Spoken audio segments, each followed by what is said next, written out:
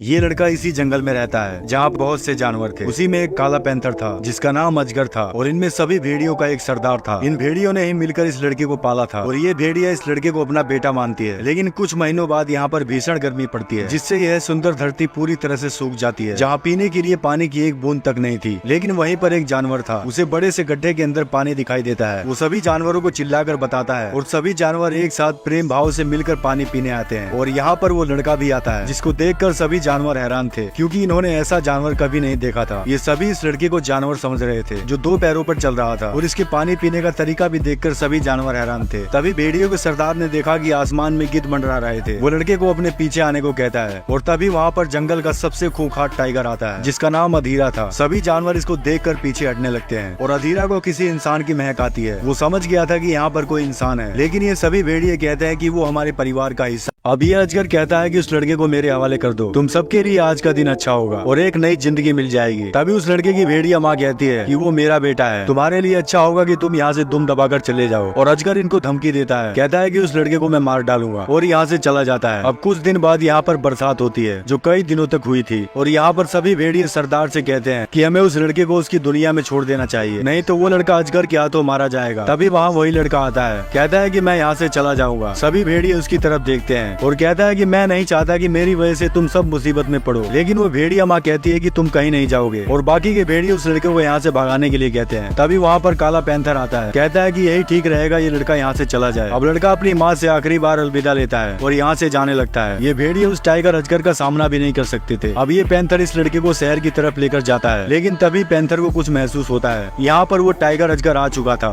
अब बगीरा लड़के को घाटी की तरफ भागने को कहता है। तभी टाइगर उस पर अटैक करता है, लेकिन बगीरा टाइगर को लपेट लेता है और लड़का पूरी जान लगाकर यहाँ से भाग रहा था। बगीरा इस टाइगर का ज्यादा देर तक मुकाबला नहीं कर सकता था और टाइगर बगीरा को मार गिराता है। अब वो टाइगर लड़के का पीछा करता है। लड़के की जिंदगी पूरी तरह से खतरे में थी। टाइगर इसके बिल्कुल करीब आ चुका था, लेकिन तभी भैंसों की भगदड़ में टाइगर फंस जाता है और लड़का चट्टान से नीचे कूद जाता है। तभी वहाँ पर बहुत सारी भैंसों का झुंड आता है। लड़का खुद को भैंसों से बचाता है और ऊपर वही टाइगर लड़के को ढूंढ रहा था। तभी लड़का टाइगर की तरफ देखता है। टाइगर ने भी लड़के को देख लिया था, लेकिन तभी लड़का एक भैंस की सींग को पकड़ लेता है और भैंसों की भगदड़ की वजह से वो लड़का आज बच गया था। टाइगर बहुत ही ज्यादा गुस्से में था और अब वो टाइगर इन्हीं भेड़ियों के पास आता है। टाइगर भेड़ियों के सरदार के पास जाता है और बैठ जाता है। टाइगर कहता है कि मैंने उस दिन तुम सबको कहा था कि उस लड़के को मेरे हवाले कर दो, लेकिन भेड़ियों का सरदार कहता है कि वो यहाँ से जा चुका है, उससे हमारा अब कोई लेना देना नहीं है। सभी भेड़िए टाइगर को घूर रहे थे। तभी टाइगर खड़ा होता है और कहता है कि इसकी सजा बहुत ही घातक होगी। अब ये टाइगर भेड़ियों के सरदार की गर्दन को तोड़कर फेंक देता है। सभी भेड़िए बहुत ज्यादा डरे हुए थे। टाइगर ने इन भेड़ियों की जगह पर कब्जा कर लिया था। वो कहता है कि ये तो तुम्हारे साथ होना था, तुम सबने बहुत बड़ी गलती करी उस लड़के को यहाँ से भेजकर। और यहाँ पर वही लड़का एक भैंस के ऊपर लेटा हुआ था। वो भैंस चट्टान के किनारों से होकर गुजर रही थी। तभी लड़के को होश आता है। उसने देखा कि वो चट्टान खिसक रही थी जिससे सभी भैंसे बौखलाने लगती है। तभी लड़का वहाँ से नीचे कूद जाता है और पानी में जा गिरता है। लड़के ने एक सूखी लकड़ी को पकड़ा हुआ था। ये लड़का टाइगर से बच गया था। अब वो लड़का उसी लकड़ी के सहारे एक दूसरे जंगल में पहुंच जाता है जो बेहद ही डरावना जंगल था। रास्ते में लड़के को एक बड़े सांप की खाल मिलती है और आगे जाकर वो एक पेड़ पर फल देखता है। लड़का उस फल को तोड़ लेता है और बैठकर खाने लगता है। तभी वहाँ पर एक छोटा सा जानवर आता है। लड़का उस जानवर से बातें कर रहा था और उसे फल खाने के लिए देता है। तभी वहाँ पर और भी जानवर आते हैं, उसके फल को चुराकर भागने लगते हैं। लड़का उनका पीछा कर रहा था और वो एक सुनसान जगह पर पहुंच जाता है। तभी वहाँ पर एक बड़ा सा सांप आता है। उस सांप ने इस लड़के को बस में करके लपेट लिया था। लड़के को कुछ भी होश नहीं था। सांप उसको निगलने वाला था। तभी उस पर कोई बड़ा जानवर अटैक करता है और मोगली नीचे गिर जाता है। अब मोगली की आँख खुलती है तो उसके सामने एक बड़ा भालू था। मोगली उसे देखकर डर जाता है, लेकिन भालू कहता है कि मैंने तुम्हारी जान बचाई है। ये मोगली अब इसी जंगल में इन्हीं के साथ रहता है, यहाँ के जानवरों के साथ बातें करता है। और कुछ दिन बाद यहाँ पर मोगली को वही काला पैंथर मिलता है। मोगली उसे देखकर बहुत ही ज्यादा खुश होता है और तभी वहीं पास के गड्ढे में एक हाथी का बच्चा गिर गया था। मोगली उस बच्चे को गड्ढे से निकालने में हाथियों की मदद करता है। वो सारे हाथी मोगली से बहुत ही ज्यादा खुश होते हैं और अगले दिन मोगली पेड़ के ऊपर आराम से बैठा हुआ था। तभी उसके पास एक बंदर आता है। ये बंदर मोगली को अपनी ही प्रजाति का समझ रहा था। तभी बहुत सारे बंदर उस मोगली को पकड़ लेते हैं और उसे उछाल उछाल कर फेंकने लगते हैं। ये बंदर इस मोगली को यहाँ से लेकर भाग रहे थे। बगीरा और भालू उन बंदरों का पीछा कर रहे थे। वो सारे बंदर मोगली को पहाड़ के ऊपर लेकर जा रहे थे और तभी वो लोग पहाड़ के ऊपर पहुंच जाते हैं और मोगली ने देखा कि उसके सामने एक बहुत बड़ा पुराना मंदिर था जिसमें केवल बंदर रहते। अब मोगली उस कई साल पुराने मंदिर के अंदर जाता है जहाँ पर बहुत सारे पुराने जमाने के बर्तन पड़े हुए थे और तभी उसके सामने एक बड़ा बंदर आता है। ये सभी बंदरों का उस्ताद था। ये बंदर मोगली से कोई रक्त फूल मांग रहा था, लेकिन मोगली कहता है कि मेरे पास कोई रक्त फूल नहीं है। और यहाँ पर भालू और बगीरा भी आ चुके थे। बंदर मोगली से कहता है कि मैं तुम्हारी रक्षा करूंगा, मुझे वो फूल चाहिए। मोगली कहता है कि उस फूल के पास जाने से मुझे मना किया गया है। तभी बंदर को गुस्सा आता है, लेकिन वहाँ पर भालू आ चुका था। भालू भालू उस बड़े बंदर की झूठी तारीफ कर रहा था। बंदर को पता चल गया था कि ये झूठी तारीफ है। तभी वो भालू को पकड़ने के लिए कहता है। सभी छोटे बंदर भालू पर टूट पड़ते हैं और मोगली धीरे से बगीरा के साथ भाग रहा था। तभी एक बंदर उनको भागते हुए देख लेता है। वो चिल्लाकर सभी को बता देता है। सारे बंदर मोगली को पकड़ने के लिए उसकी तरफ दौड़ते हैं। बड़ा बंदर भी उस मंदिर से बाहर आ चुका था, जो देखने में बहुत ही विशाल था। वो बंदर मोगली को पकड़ रहा था, लेकिन मोगली यहाँ से कूदकर भाग जाता है और उस बड़े बंदर की वजह से वो पूरा मंदिर टूट जाता है। शायद वो बड़ा बंदर भी मंदिर में दबकर मर चुका था। सभी बंदर भागकर वहाँ से पत्थर को हटाने लगते हैं, बड़े बंदर को बाहर निकाल सके। बगीरा और भालू को लगता है कि मोगली भी नीचे दब चुका है, लेकिन मोगली अभी जिंदा था। मोगली को पता चल गया था कि भेड़ियों के सरदार को उस टाइगर ने मार दिया है। बगीरा ने मोगली से इस बात को छुपाया था, जिससे मोगली को बहुत ज्यादा गुस्सा आता है। वो भागकर फिर से उसी जंगल की तरफ जा रहा था, जहाँ से वो उस खूंखार टाइगर से बचकर आया था। मोगली एक पास के गाँव में जाता है, वहाँ से एक आग की मसाल लेता है और अपने जंगल की तरफ भागता है। बगीरा और भालू मोगली को ढूंढ रहे थे। इस जंगल में सभी जानवरों को पता चल गया था कि मोगली वापस आ चुका है। सभी जानवर एक जगह इकट्ठा होते हैं। मोगली भागते हुए आता है और कहता है कि शेर खान, मैं तुमसे नहीं डरता हूँ। इस छोटे से लड़के में बहुत ही ज्यादा हिम्मत आ चुकी थी। तभी वहाँ पर शेर खान आता है, कहता है कि आखिर तेरी मौत यहाँ पर लेकर आ ही गई। तभी मोगली कहता है कि ये जंगल मेरा घर है और ये सब मेरे परिवार हैं। टाइगर कहता है कि तुम एक डरपोक इंसान हो और बिल्कुल अकेले भी हो। तभी वहाँ पर भालू आता है। भालू मोगली के साथ खड़ा था। बगीरा भी वहाँ पर आ चुका था। सभी जानवर मोगली के साथ खड़े थे। तभी शेर खान कहता है, तुम सबकी मौत आज मेरे हाथों ही लिखी है, और दौड़कर उनके ऊपर अटैक करता है। भालू शेर खान का मुकाबला करने के लिए तैयार था। दोनों आपस में लड़ने लगते हैं। भालू ने शेर खान को एक ही दाव में चित कर दिया था, लेकिन शेर खान उछलकर उस पर घातक हमला करता है, जिससे वो भालू मारा जाता है। सभी भेड़िए शेर खान की तरफ दौड़ते हैं और इनके साथ मोगली भी मुकाबला करने जा रहा था। तभी बगीरा मोगली को रोक लेता है, लेकिन मोगली कहता है कि मुझे जाने दो। बगीरा कहता है कि तुम एक इंसान हो और बेहतर होगा कि तुम दिमाग का इस्तेमाल करो। अब मोगली भागकर जंगल की तरफ जाता है और सभी भेड़िए शेर खान पर हमला करते हैं, लेकिन शेर खान बहुत ही ज्यादा ताकतवर था। उसने बहुत से भेड़ियों को मार दिया था। तभी शेर खान ने देखा कि मोगली जंगल की तरफ जा रहा था। शेर खान दौड़कर मोगली के पीछे जा रहा था, लेकिन अब बगीरा की बारी थी। बगीरा शेर खान के पीछे दौड़ता है और उछलकर शेर खान को पकड़ लेता है, लेकिन ये बगीरा भी इस लड़ाई में कमजोर हो चुका था। टाइगर बगीरा को मार गिराता है और अब बगीरा को ये जान से मारने वाला था। तभी शेर खान पर एक भेड़िया अटैक करता है और तभी बहुत सारे भेड़िया उस शेर खान पर टूट पड़ते हैं। वो भेड़िए शेर खान को नोच रहे थे और मोगली जंगल के अंदर आता है, जहाँ पर पूरे जंगल में आग लगी हुई थी, और वो भागकर एक सूखे पेड़ की तरफ जाता है। मोगली उस पेड़ की बेल को काट रहा था और यहाँ शेर खान भेड़ियों से छूटकर जंगल की तरफ भागने लगता है। मोगली ने पेड़ की बेल को काट लिया था, लेकिन यहाँ पर वो शेर खान आ चुका था। वो शेर खान पेड़ के ऊपर चढ़ रहा था। मोगली पेड़ के ऊपर जाता है। ये पूरा पेड़ सूखा हुआ था, जिसकी डाली कभी भी टूट सकती थी, और तभी मोगली पेड़ की डाली से दूसरे पेड़ के ऊपर चला जाता है। शेर खान यहाँ पर फंस गया था। तभी वो शेर खान नीचे कूद जाता है और दूसरी तरफ से मोगली की तरफ जाता है, और मोगली एक फंदा तैयार कर रहा था। वो फंदे को एक पेड़ की डाली पर लटका देता है। ये मोगली उस फंदे पर लटकना चाहता था। तभी वो शेर खान उस पर अटैक करता है। उसका पंजा मोगली की छाती पर लग जाता है। अब मोगली वहाँ से फटाफट ऊपर की तरफ भागता है। मोगली वहाँ से अब सूखे पेड़ की डाली की तरफ जाता है, लेकिन शेर खान मोगली के पीछे आ रहा था, और तभी वो शेर खान वहाँ से निकलकर बाहर आता है और मोगली से कहता है कि आखिर चिड़िया जाल में फंसी गई। शेर खान कहता है कि मैंने उस भेड़ियों के सरदार को भी मार डाला, जिसको तू अपना पिता कहता था। लेकिन मोगली शेर खान को एक ही बात कहता है, मैं तुमसे नहीं डरता हूँ। मोगली शेर खान को उकसा रहा था ताकि वो उसके ऊपर हमला करे। तभी शेर खान को गुस्सा आता है और वो उस पर हमला करता है, लेकिन मोगली रस्सी को पकड़कर दूसरी तरफ चला जाता है और शेर खान अब इस पेड़ की डाली पर फंस चुका था। वो खुद को बचाने की बहुत कोशिश करता है, लेकिन वो चाह कर भी खुद को नहीं बचा सका, और इस कहानी में शेर खान मारा गया अपने अहंकार के कारण, और मोगली ने इस जंग को जीत लिया था। लेकिन मोगली अभी भी निराश था, क्योंकि इसके पिता को शेर खान ने मार डाला था, और यहाँ बगीरा भालू को शेर खान से मुकाबला करने के लिए शाबाशी दे रहा था। सभी जानवर ध्यान से देख रहे थे। मोगली उसी हाथी के ऊपर बैठा हुआ था जिस हाथी की मोगली ने जान बचाई थी। सभी हाथी मिलकर उस पानी के बांध को खोल देते हैं, जिससे उस पूरे जंगल की आग बुझ जाती है, और अब फिर से वो दिन लौट आए थे। सभी जानवर एक दूसरे के साथ प्रेम भाव से रहते हैं, और अब मोगली की मां इन भेड़ियों की सरदार बनती है।